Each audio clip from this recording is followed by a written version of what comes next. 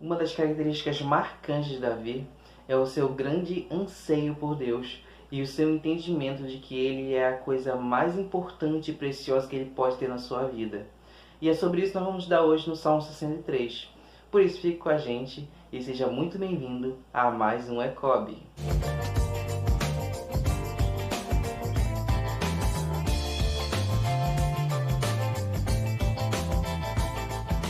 O anseio de Davi por estar na presença de Deus e por buscar mais a Deus é algo que se torna nítido não apenas no momento da sua aflição, no momento da sua dificuldade, mas também no seu momento de paz e no seu momento de liberdade. Hoje no Salmo 63 vamos dar um pouquinho sobre isso, sobre esse desejo de Deus. Ainda que Davi estivesse passando por uma aflição ou uma dificuldade, isso não reflete a sua busca apenas nesses momentos, mas essa confiança em Deus parte de todos os momentos da sua vida. E isso que faz ele ter desejo e anseio por mais de Deus. Vamos ler o Salmo 63? Salmo 63. Ó Deus, Tu és o meu Deus forte. Eu te busco ansiosamente. A minha alma tem sede de Ti. Meu coração Te almeja como terra árida, exausta, sem água.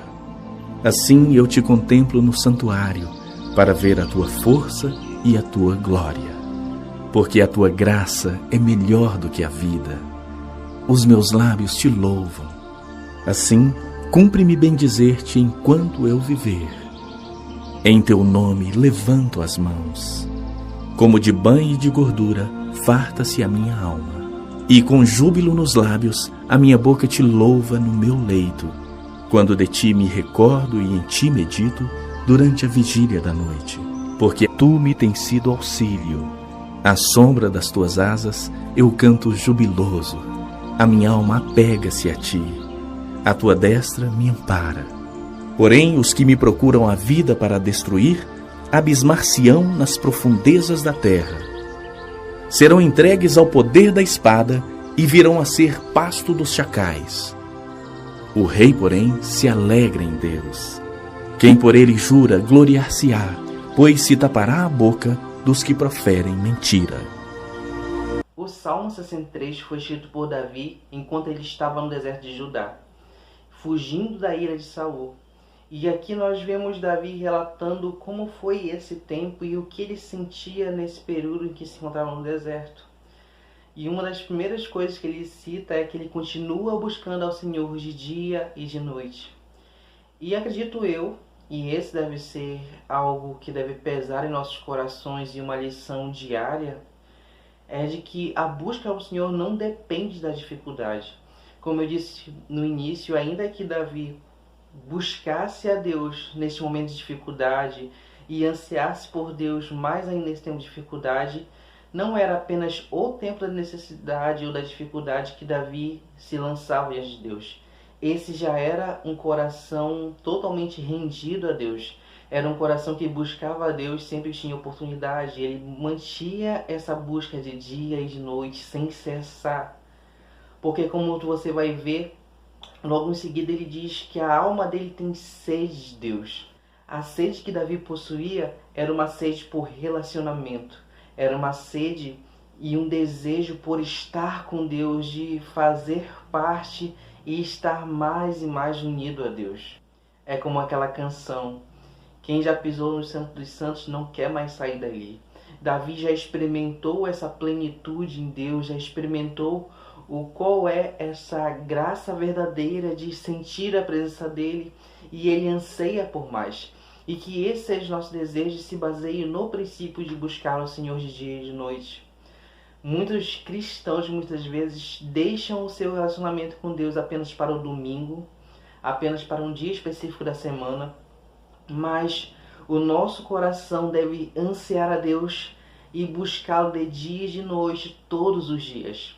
O relacionamento com Deus é um relacionamento e deve ser fortalecido e deve ser construído dia após dia. Todo relacionamento que é construído diariamente se torna mais forte. Que nós possamos ter esse princípio de buscar ao Senhor e que a nossa alma anseie a Deus. Todos nós já tivemos um pequeno contato com esse poder e essa presença de Deus. E isso foi suficiente para nos trazer ao Senhor e nos lançar em sua graça, em sua misericórdia e o seu amor. E Ele ainda tem muito mais, mas é necessário que parte de nossa parte esse desejo, essa busca, esse anseio, porque o Senhor tem muito mais para nos dar. Então não se acomode, não dependa apenas de um dia específico, não ore apenas quando o pastor pedir para você orar no culto, mas tenha o seu relacionamento diário. Isso fortalece a sua fé, isso fortalece a tua confiança, te faz ser alguém melhor e mais forte, porque a partir do momento que você se relaciona com Deus, você o conhece mais. E quanto mais você o conhece, você não irá duvidar, você não irá questionar, você não irá ter medo, porque você sabe quem está com você. No versículo 2, Davi recorda os seus tempos na congregação. Ele sente saudade de poder congregar e justamente por causa da perseguição, ele não consegue estar presente.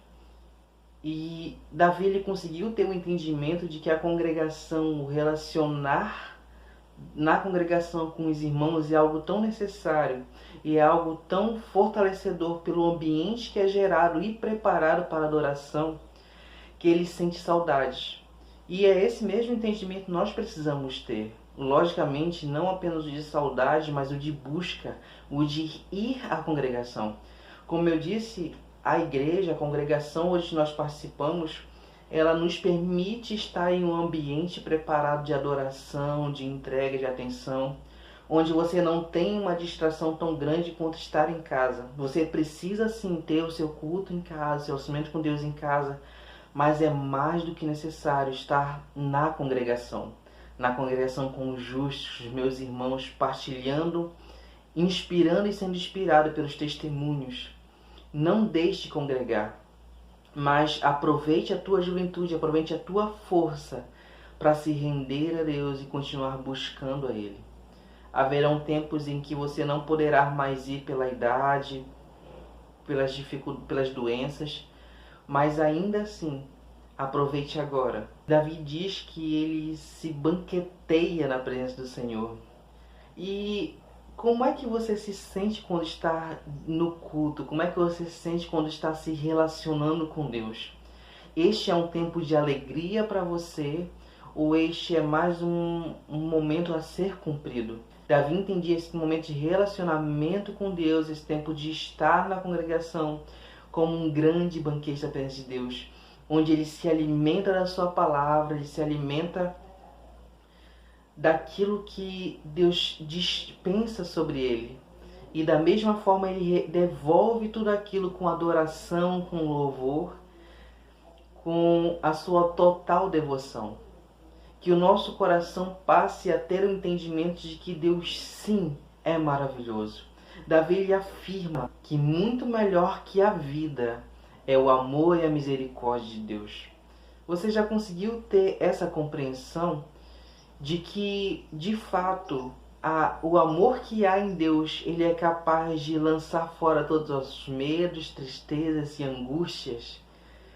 E que justamente aquilo que tem tirado vidas e tudo aquilo que justamente tem gerado desespero na humanidade, em Deus nós conseguimos ter paz e refrigério, nós conseguimos ter um lugar de descanso, uma torre forte, onde ainda que essas situações ao nosso redor venham se abater sobre nós, nós temos um Deus que nos fortalece e nós nos alegramos na vida por causa dele. Nós nos alegramos ainda que na dificuldade, porque Ele é conosco. Nós precisamos ter esse entendimento que se Deus verdadeiramente é melhor do que a vida, se verdadeiramente nós temos sede e fome de Deus e ansiamos por mais a presença dEle, nós precisamos separar um tempo para Deus. Separar um momento para buscar a Ele, assim como você tem sagrado o seu momento da refeição, o seu almoço, a sua janta. Assim como você tem o seu horário de estudo, o seu horário de trabalho, tem o seu momento com Deus. Não deixe Deus de lado, não priorize outras coisas no lugar de Deus. Deus ele tem um espaço muito importante em nossas vidas e ele deve ser honrado e adorado. E como eu disse e continuo reforçando, quanto mais você busca a Deus, mais você experimenta de Deus. E quanto mais você experimenta, mais e mais você vai ansiar. E mais Ele vai ter para te dar.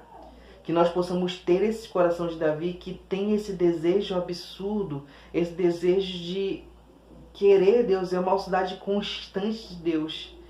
E ainda que ele estivesse fazendo qualquer outra coisa, assim como ele vai dizer que durante as vigílias ele parava para pensar em Deus. Até mesmo no tempo em que à noite que ele tinha que vigiar, se nenhum perigo rondava ele estava constantemente tendo Deus em sua mente. Ele constantemente conversava com Deus. É aquilo que nós vamos ter na própria palavra, dizendo orai sem cessar. E as pessoas dizem, mas eu tenho que parar a minha vida para ficar orando direto? Ainda que eu esteja no meio de um serviço, fazendo qualquer outra coisa, apenas caminhando na rua, a minha mente e o meu coração estão em contato com Deus, em devoção a esse Deus maravilhoso. Que nós possamos tornar isso um hábito, uma prática e do nada nos pegar conversando com Deus, colocando a Ele as nossas dificuldades, porque Ele sim pode resolver, Ele pode trazer paz ao nosso caos, mas também agradecendo e louvando e honrando a Ele por tudo que Ele já tem feito a nós. O nosso Senhor é bom e tem desejo de dar muito mais aos seus filhos, muito mais da sua presença e do seu Espírito Santo. Algumas pessoas costumam dizer que Deus tem esses preferidos, mas não, Deus não tem preferidos, Deus tem íntimos, aqueles que estão constantemente aos seus pés, pedindo, Senhor, dai-nos mais da tua presença. Os versículos finais trazem o retrato dessa confiança, desse relacionamento com Deus. Davi já experimentou tantas vezes a mão de Deus o socorrendo, que ele afirma que o Senhor é um socorro presente na vida dele. E que ele louva a Deus por isso. E todos os justos que clamam ao Senhor se alegram juntamente com ele. E é interessante o versículo final porque ele fala o rei. Ele está falando de si mesmo na terceira pessoa, mas neste momento ele passou apenas pela unção. Saul ainda está sobre o reinado, de fato, mas ele tem tanta confiança na promessa de Deus, na unção dada pelo profeta, que ele diz: o rei se alegrará juntamente com aqueles que prestam honra ao Senhor, juntamente com aqueles que juram diante do Senhor. E aqueles que se têm levantado contra ele, o próprio Senhor tomará juízo e justiça. Não vai ser Davi. Davi não tem qualquer necessidade de trazer juízo ou rancor ou vingança. Tanto que aqueles que conhecem a história de Davi com Saul, podendo ter matado Saul e assumindo o trono, ele esperou o próprio Deus fazer aquilo que era necessário. Deus agir, ele não tomou parte no ódio, não tomou parte na vingança, mas ele entregou o seu coração apenas a Deus. Ele entregou os seus caminhos, os seus pensamentos e seu entendimento. E ele já se alegrou de antemão, por saber que esse Deus é poderoso e irá cumprir mais essa promessa. Por isso, irmãos, nós encerramos aqui e que nós possamos ter esse entendimento. Se vocês estiverem passando por dificuldades, lembre-se daquilo que o Senhor já fez por vocês. O Senhor, ele continua sendo fiel ainda que nós não sejamos. Ele continua sendo bom, ainda que haja maldade em nós. Por isso o nosso coração deve correr para Ele e ansiar por Ele, porque Ele pode transformar este homem mau. Continue buscando ao Senhor, continue se entregando a Deus. Tenha uma vida transformada e a mão do Senhor guarde vocês dia após dia. Ficamos por aqui. Esse foi mais um ECOB. Até a próxima. Shalom!